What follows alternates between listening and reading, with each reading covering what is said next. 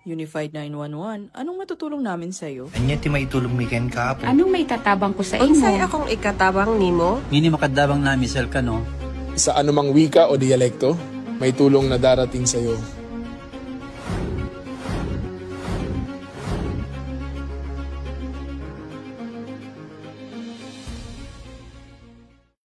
Lilingkod sa bawat Pilipino at magbibigay ng tamang impormasyon para sa tahimik at maayos na Pilipinas. Police News Network, alagad ng batas, tagapagtaguyod ng balitang pulis, sandigan ng mamamayan, patnubay ng katotohanan. La Campo Crame, maghahatid ng pinakahuling kaganapan at nagbabagang balita. Ito ang PNN Police News Network. At ngayon, ang inyong mga tagapagbalita. Magandang hapon, Bagong Pilipinas. Ako ang inyong alagad ng batas, tagataguyod ng Balitang Pulis, Patrolman Don Brosas. Maghahatid sa inyo ng tamang balita, kwento ng pulis, at serbisyo para sa mamamayan, at ito ang PNP News Online. Ang pangunahing balita ng Police News Network, alagad ng batas, tagataguyod ng Balitang Pulis.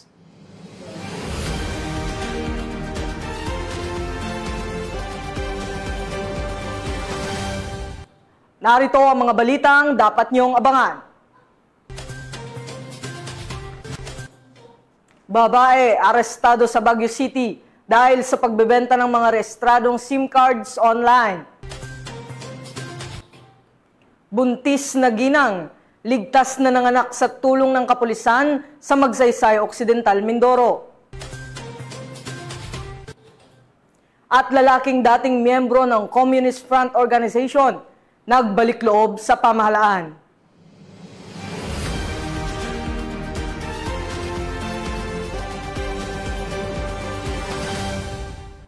Narito ang mga balitang hatid ng ating PNN correspondents mula sa iba't ibang panig ng bansa.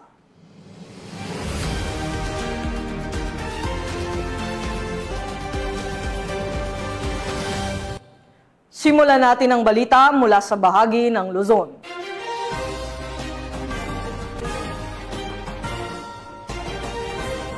Para sa ating unang balita, walang takas ang isang babae sa isinagawang entrapment operation ng PNP Anti-Cybercrime Group sa Baguio City dahil sa pagbebenta ng rehistradong SIM cards online. Patrolhuan Mary Grace Artizuela sa report. Mahigit 70 pirasong rehistradong SIM card ang nakumpiska mula sa isang 27 anyos na babae sa isang entrapment operation na isinagawa sa Purok 2, Barangay Santo Rosario, Baguio City. Ayon sa mga otoridad, natukoy ang Facebook account ng suspect matapos itong mag-post sa isang Facebook page na nag-aalok ng mahigit 200 pirasong rehistradong SIM card. Agad na nakipag-ugnayan ang mga operatiba ng Mountain Province Provincial Cyber Response Team ng RACOCAR upang magsagawa ng entrapment operation. Sa isinagawang operasyon, naaktuwa ng suspect habang isinasagawa ang illegal na transaksyon na nagresulta sa kanyang pagkakaaresto.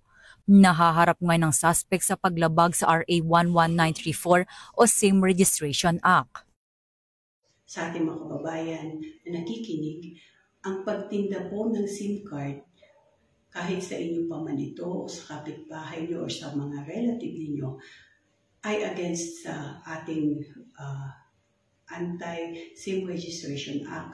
Ganun din po ang pagtinda ng e-wallet account.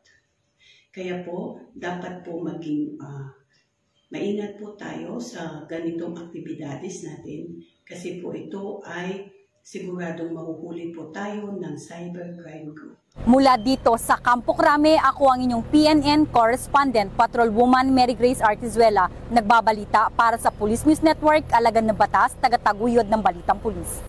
Maraming salamat, Patrolwoman Artizuela. Agad na naaresto ng mga tauhan ng Marikina City Police ang isang lalaking sospek sa pang-hold up sa barangay Nangka matapos ang mabilis na pagresponde mula sa tawag sa 911 emergency hotline. Nakatutok dyan si Patrolwoman Jenny May Dolor. Nito lamang September 11, 2025, mga bandang alas 7:40 ng umaga, isang pang-hold up ang naganap sa kahabaan ng Rosa Street, Barangay Nangka, Marikina City. Ang sospek ay kinilalang si alias Darrell na kasalukuyang nasa kustodiya na ng Marikina Police. Ayon sa salaysay ng biktima, bigla di umanong lumabas sa kanyang likuran itong sospek at tinutukan siya ng kutsilyo sa kanyang tagiliran at nagdeklara ng hold up. Nakuha ng sospek ang cellphone ng biktima at mabilis na umalis sa pinangyarihan ng krimen. Dagling humingi ng tulong ang biktima at nakatawag sa 911 at makaraan lamang ang 3 minuto.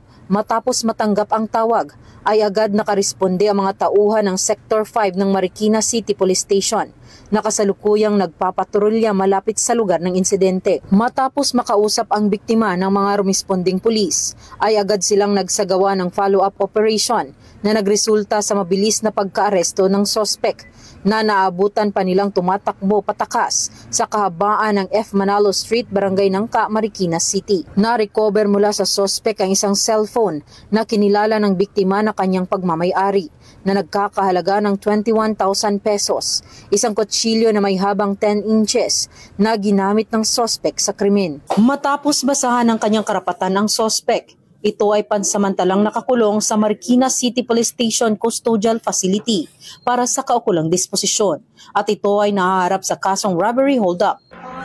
Sorry po yung response was so quickly naman po nung tumawag po rin sa 911.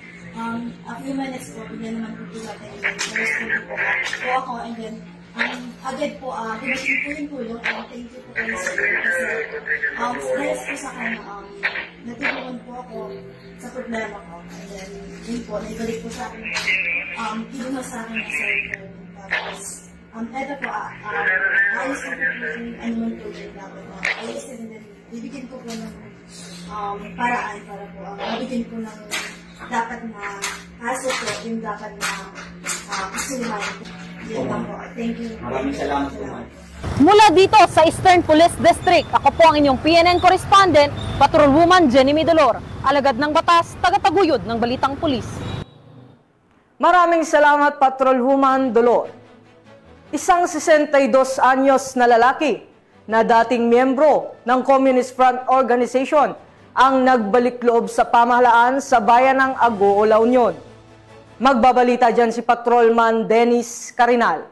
Isang 61 anyos na barangay tanod mula sa barangay San Manuel Norte, Agoo, La Union ang formal na kumala sa isang grupong pinaniniwalang konektado sa mga makakaliwang organisasyon matapos ang isang joint intelligence operation ng pulisya at mga opisyal ng barangay ito lamang September 13, 2025. Kinilala ang individual na Salya Supremo, isang miyembro ng grupong Timik Kinamnaman Dagiti Babasit amang ngalap ti La Union na umano'y underground mass organization ng progresibong grupong anak pawis sa lalawigan. Ayon sa ulat ng Sikin La Union Provincial Mobile Force Company, katuwang iba't ibang unit ng pulisya at mga barangay officials matagumpay na nisagawa ang operasyon na nagresulta sa voluntaryong pag-atras ni Supremo mula sa nasabing grupo. Batay sa opisyal na dokumento, inihag ni Supremo ang kanyang kahustuhang talikuran ang anumang koneksyon sa mga CPP and PNDF affiliated organization upang mabuhay na mapayapa at walang kinikiling ideolohiyang politikal. Matapos nito, isinilalim siya sa custodial debriefing at inharap sa mga opisyal ng barangay para sa tamang proseso ng pagbabalik loob sa pamahalaan. Nasaksihan naman ng mga opisyal ng barangay San Manuel Norte, Agoo MPS at iba pang kasapi ng unit ng pulisya sa panunumpa ng katapatan ni Supremo sa ilalim ng pamahalaan. Ang ulat ay bahagi ng patuloy na implementasyon ng Executive Order No. 70 o ang Wall of Nation Approach na naglayong wakasan ang insurhensiyang feminista sa bansa sa pamamagitan ng pagbibigay ng mga legal at mapayapang paraan ng pagbabalik loob ng mga dating kasapi ng mga kaliwang grupo. Mula dito sa Ilocos Region, ako po ang inyong Police News Network Correspondent, Patrolman Dennis Carinal, alagad ng batas, tagataguyod ng Balitang Pulis. Maraming salamat, Patrolman Carinal. Arestado ng mga otoridad ang nakatalang top 3 most wanted person dahil sa kaso nitong acts of lasciviousness sa Bulacan. Ang detalye ng report mula kay Patrolwoman Mildred Tawag. Matagumpay ang aresto ng mga otoridad ang isa sa mga top 3 most wanted person na may kasong acts of lasciviousness sa nagawang operasyon sa Barangay Poblasyon, Kalumpit, Bulacan. Kinilala ni Police Major Norheda Usman Officer in charge ng Bulacan 1st Provincial Mobile Force Company ang akusado na si alias George, 37 anyos, isang truck driver at residente ng Barangay Iba, Kalumpit, Bulacan. Bandang alas 9 ng umaga nang maaresto ang sospek sa bisa ng warrant of arrest para sa kasong acts of lasciviousness sa ilalim ng Article 336 ng Revised Penal Code kaugnay sa Section 5 ng Republic Act 7610 o Special Protection of Child Against Child Abuse, Exploitation and Discrimination Act na may irekomendang piyansa na 180,000 pesos. Higit pang pinaiigting ng Bulacan PNP sa ilalim ng pamumuno ni Police Colonel Angel L. Garciliano, Provincial Director ng Bulacan Police Provincial Office, ang kampanya laban sa mga most wanted persons upang matiyak na ang mga lumalabag sa batas ay mapanagot at maprotektahan ang mamamayan laban sa anumang uri ng karahasan at pang-aabuso. Mula dito sa Bulacan Police Provincial Office, ako ang inyong PNN correspondent, Patrolwoman Mildred A. Tawagon, alagad ng batas, tagataguyod ng Balitang Pulis. Maraming salamat, Patrolwoman Tawagon. Samantala, ligtas na nanganak ang isang buntis na ginang sa bayan ng Magsaysay, Occidental Mindoro sa tulong ng mga rumespondeng pulis. Yan ang balitang hatid ni Patrolwoman Dara Falogme. Isang 23 anyos na ginang nakatutubong mangyan ang matagumpay na naipaanak sa tulong ng mga kasapi ng kapulisan mula sa 2nd Maneuver Platoon, 1st Occidental Mindoro Provincial Mobile Force Company nitong Lunes, Setyembre 15, ganap na alas 2:30 ng hapon. Pinangunahan ni Police Lieutenant Normin A. Luis, platoon leader ng nasabing unit, ang agarang pagresponde at assistance kay Ginang Angelita A. Mindoro, residente ng Sitio Magarang, Barangay Nicolas, na noon ay nasa delikadong kondisyon ng panganganak. Sa pamamagitan ng kanilang kaalaman sa basic first aid, basic life support at combat medic skills, matagumpay na naipaanak si Ginang Mindoro. Agad rin siyang isinakay sa patrol car at inihatid sa Rural Health Unit sa Barangay Poblasyon upang matanggap ang karagdagang pangangalagang medikal. Ang pangyayaring ito ay malinaw na pagsasakatuparan ng 7-point agenda ng bagong Acting Chief PNP, Police Lieutenant General Jose Melencio Nartatis Jr. na nakatuon sa makatao, moderno at epektibong serbisyong pulisya. Ipinamalas ng mga tauhan ng 1st Occidental Mindoro Provincial Mobile Force Company ang tapang at malasakit sa pagtugon sa pangangailangan ng komunidad habang pinatitibay ang ugnayan ng pulisya at mamamayan. Mula dito sa home of the Police Eco Warriors, Calapan City, Oriental, Mindoro, ako ang inyong PNN correspondent, Patrolwoman Dara Falogme, alagad ng batas, tagataguyod ng Balitang Pulis. Maraming salamat, Patrolwoman Falogme. Dinakip ng kapulisan ng isang lalaki sa bisa ng warrant of arrest dahil sa paglabag sa Republic Act 10175 o ang Cybercrime Prevention Act of 2012 sa Malilipot, Albay. Yan ang tinutukan ni Police Corporal Doxy Charis Casasos. Isang lalaki sa ikinasang entrapment operation ng Malilipot Municipal Police Station sa panguna ni Police Captain Alex Alcantara, Officer in Charge, Regional Anti-Cybercrime Unit 5 na pinamunuan ni Police Major Larry Bremen, Deputy Chief ng RACO 5. Isinagawa ang operasyon ngayong Setyembre taong kasalukuyan sa Purok 3 River Camp Inn, Barangay San Isidro Ilawod, Malilipot, Albay matapos makumpirma ang iligal na aktibidad ng suspect sa online na plataforma. Kinilala ang suspect bilang isang 29 anyos na lalaki, walang asawa at residente ng Purok 6, Barangay Matalipni, Malinaw, Albay. Ang nasabing individual ay naharap ngayon sa kasong paglabag sa Section B ng Republic Act 7610 na isinabata sa ilalim ng Republic Act 11648 at kaugnay ng Section 6 ng Republic Act 10175 o Cybercrime Prevention Act of 2012. Ang suspect ay kasalukuyang nasa kustudiya ng mga autoridad habang inihahanda ang mga kaukulang dokumento para sa pagsasampa ng kaso.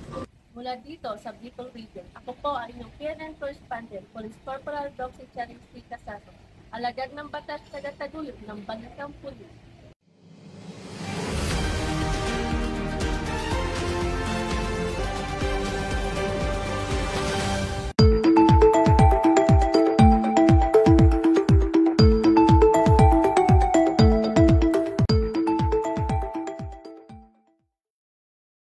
weather update.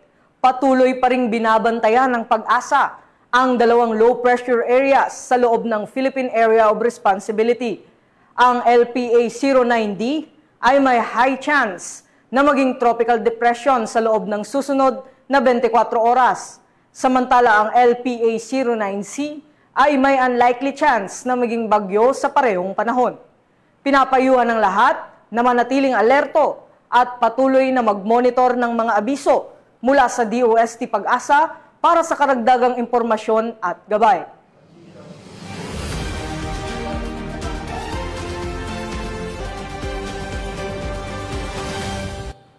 Tunghayan naman natin ang mga balita mula sa Visayas.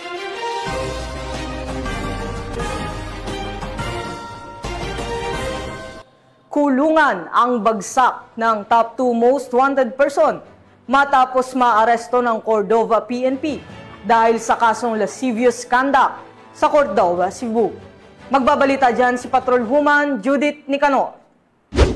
Arestado ng Cordova PNP ang top 2 most wanted person provincial level na may kasong violation of lascivious conduct under Section 5 ng Republic Act 7610 sa Purok 2, Barangay Catarman, Cordova, Cebu nito lamang nakaraan. Kinilala ni Police Major John Caleb D. Sanchez, Acting Chief of Police ng Cordova Municipal Police Station, Cebu Police Provincial Office, ang suspect na si J. Lord, 34 anyos na residente ng Purok 2, Barangay Catarman, Cordova, Cebu. Ayon sa ulat ng mga otoridad, ang suspect ay naaresto sa bisa ng warrant of arrest para sa kasong violation of lascivious conduct under Section 5 ng Republic Act 7610 na inisyo ni Honorable Maria D. Seares, presiding judge ng Family Court, Branch 6, 7th Judicial Region, Mandaue City, Cebu na may 200,000 rekomendadong piyansa. Kasalukuyang nakapiit sa Cordova MPS ang suspect para sa dokumentasyon at tamang disposisyon. Ang matagumpay na pagkaaresto ng suspect ay patunay ng Cordova PNP ng kanilang mas pinaigting na pagpapatupad ng batas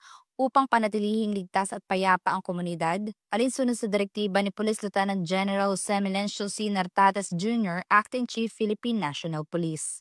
Mula dito sa Central Visayas, ako yung Police News Network Correspondent, Patrolwoman Judith Nicanor, alagad ng batas, tagataguyod ng Balitang Pulis.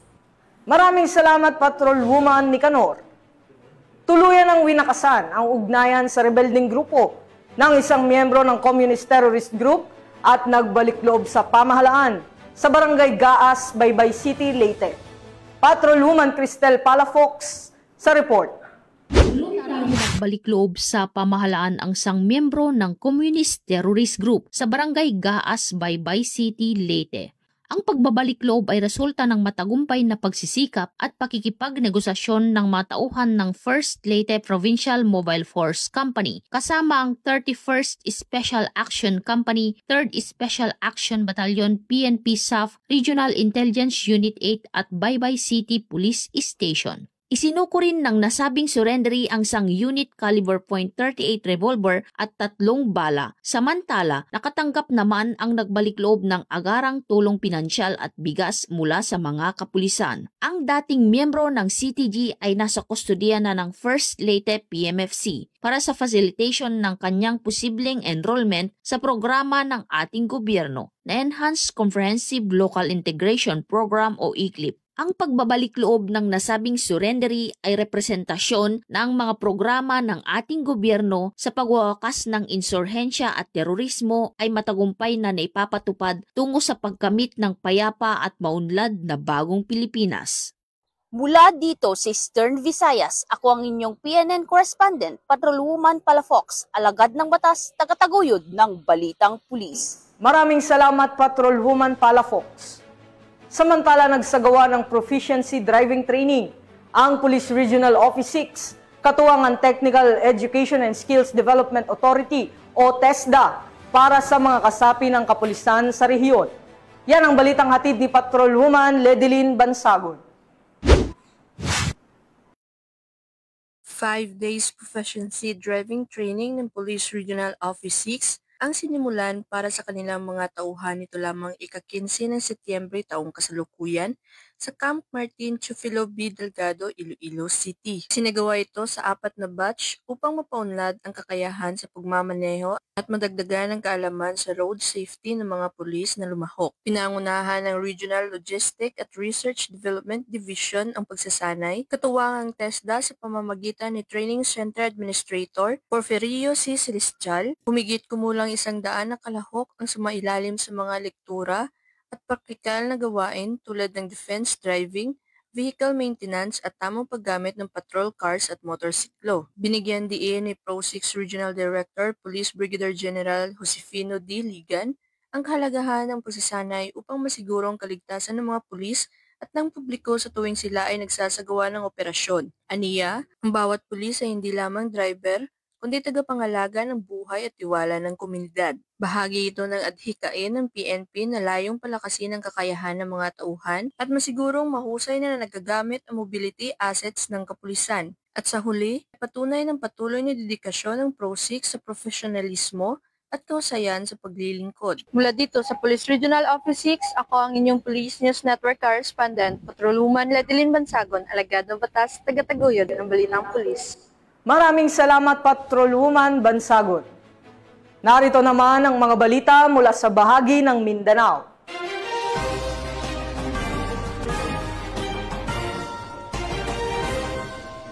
Arestado ng kapulisan ang isang individual na may kinakaharap na kasong rape at sexual assault sa isinagawang operasyon sa lungsod ng Zamboanga.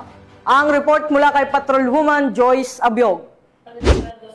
Individual sa isinagawang law enforcement operation ng mga tauhan ng Zamboanga City Police Station 4 kasama ang 1st Special Operation Unit Philippine Maritime Group, 1st Zamboanga City Mobile Force Company at CIDMU SIU sa Farmers Drive, Barangay Mampang, Zamboanga City. Kinilala ni Police Captain Rene D. Zinesa, Officer in Charge ng ZCPS 4, ang suspect na lalaki, 30 taong gulang, vendor at residente ng nasabing lugar. Naging matagumpay ang operasyon sa bisa ng warrant of arrest sa kasong rape under Article 266-A Paragraph 1 of Revised Penal Code in relation to Article 266-B at sexual assault under 266-A of the Revised Penal Code in relation to Section 5 of RA 7610 na inisyo ni Honorable I.V. Perolino Damayo Elvinia, Presiding Judge Branch 7 Family Court, na walang inirekomendang piyansa para sa kasong rape habang 200,000 pesos ang itinakdang piyansa para sa kasong sexual assault. Ang nasabing suspect ay nasa kustudiya na ng Zamboanga City Police Station 4 para sa tamang dokumentasyon at disposisyon. Mula rito sa Zamboanga Peninsula, ako ang inyong PNN Correspondent, Patrolwoman Joyce Abiog, alagad ng batas, tagataguyod ng Balitang Pulis. Maraming salamat, Patrolwoman Abiog. Samantala, isang lalaki ang naaresto matapos makumpiskahan ng hinihinalang shabu sa isinagawang operasyon sa isang fixed checkpoint sa Davao City. Nakatutok dyan si Patrolwoman Mariel May Dongkilap. Arestado ang isang lalaki na kinilala sa alias na Merson, 30 anyos, na residente ng Purok 11-D, Ilabunon, Barangay Maniki, Kapalang, Davao del Norte, sa PNP Task Force Checkpoint sa Likanan, Lasang, Davao City, bandang alas 9:20 ng gabi noong Setyembre 14 taong kasalukuyan. Sa isinagawang operasyon, na-recover mula sa sospek ang isang pakete ng hinihinalang shabu na may tinatayang halaga na 19,516 pesos. Agad namang ipinaalam ng tauhan ng Bunawan Police Station sa suspect ang kanyang mga karapatang konstitusyonal sa wikang kanyang nauunawaan. Kasunod nito, dinala siya sa Bunawan Police Station para sa kaukulang legal na proseso at pagsasampa ng kasong paglabag sa RA 9165 o ang Comprehensive Dangerous Drugs Act of 2002. Patuloy namang tinitiyak ng mga otoridad ang kanilang walang humpay na paglaban sa illegal na droga bilang bahagi ng kanilang layunin na mapanatili ang isang ligtas at maayos na pamayanan.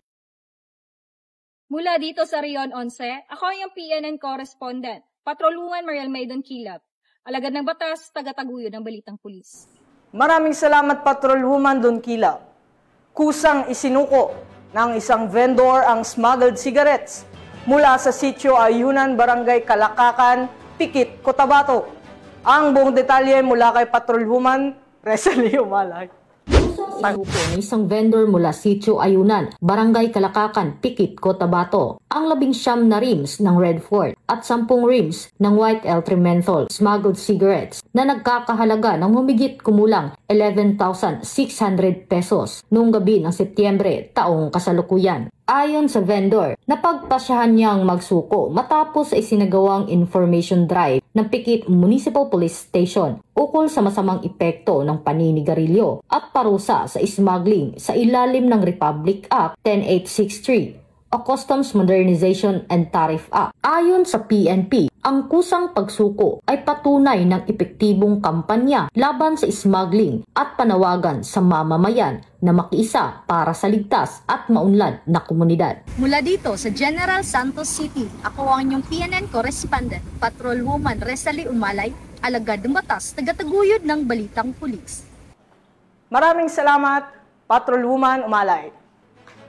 Nasa kote ang 10 drugs.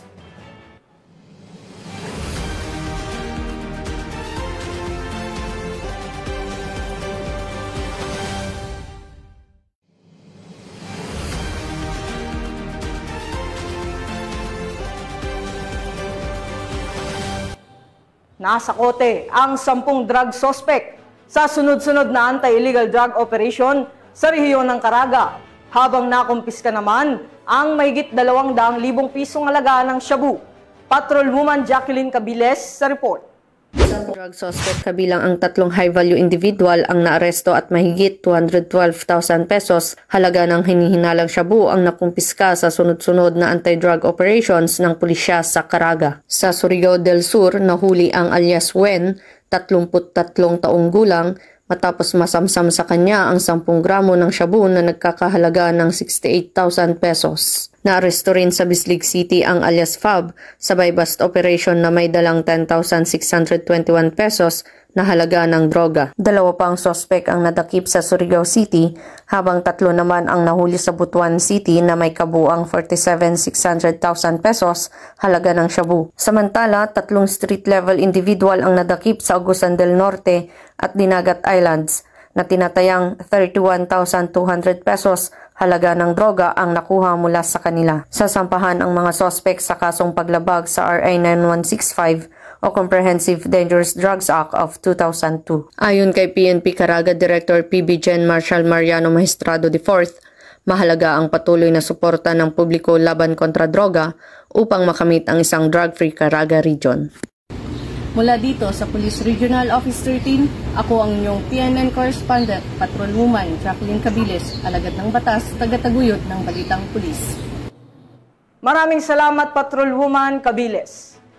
At para sa ating huling balita, formal nang pinasinayaan ng Police Regional Office, Bangsamoro Autonomous Region, ang 8 municipal police station sa Special Geographic Area ng Bangsamoro. Narito ang detalye ng report mula kay Patrolwoman Angela Banderlipe.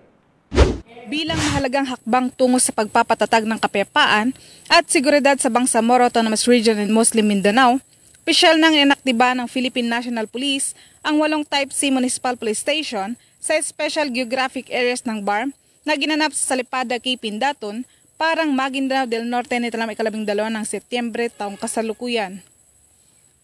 Pinangunahan ni Police Brigadier General Jason C. D. Guzman, Regional Director ng ProBAR, ang aktibasyon katuwang si BARM Chief Minister Honorable Abdurauf A. Makakuwa na kinatawanan ni Attorney Marvin D. Mukamad, Director 2 ng ES BARM.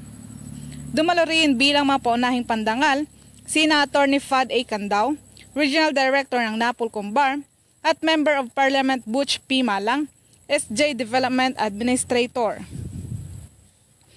Ipinahayag ni na PB Gen D. Guzman at PB Gen Arnold P. Argente, Regional Director ng Pro-12, ang kanilang buong suporta sa patuloy na koordinasyon upang matiyak na ang mabagong police station ay magiging matatag na haligi ng kapayapaan, kaayusan at tiwala ng mamamayan.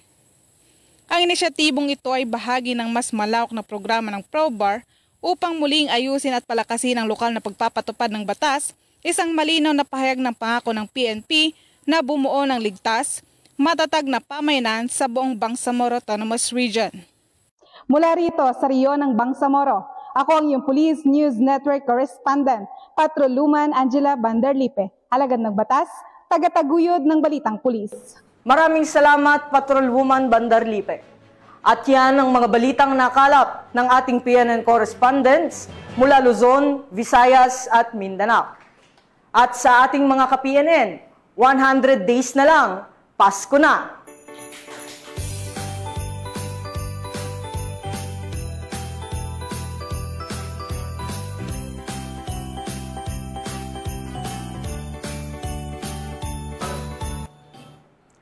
At sa ngalan po ng pamunuan ng Philippine National Police, sa pangunguna ni Acting Chief PNP, Police Lieutenant General Jose Melencio Nartates Jr. at sa pamumuno ni President Ferdinand Bongbong Marcos Jr., kami ay maglilingkod sa bawat Pilipino at magbibigay ng tama at balanseng balita. Mula rito sa tanggapan ng tagapag-ugnay ng Pambansang Pulisya, ako ang inyong alagad ng batas, tagataguyod ng Balitang Pulis, Patrolman Don Brosas. Maghahatid ng tamang balita, kwento ng pulis at serbisyo para sa mamamayan, at ito ang PNP News Online, ang pangunahing balita ng Police News Network.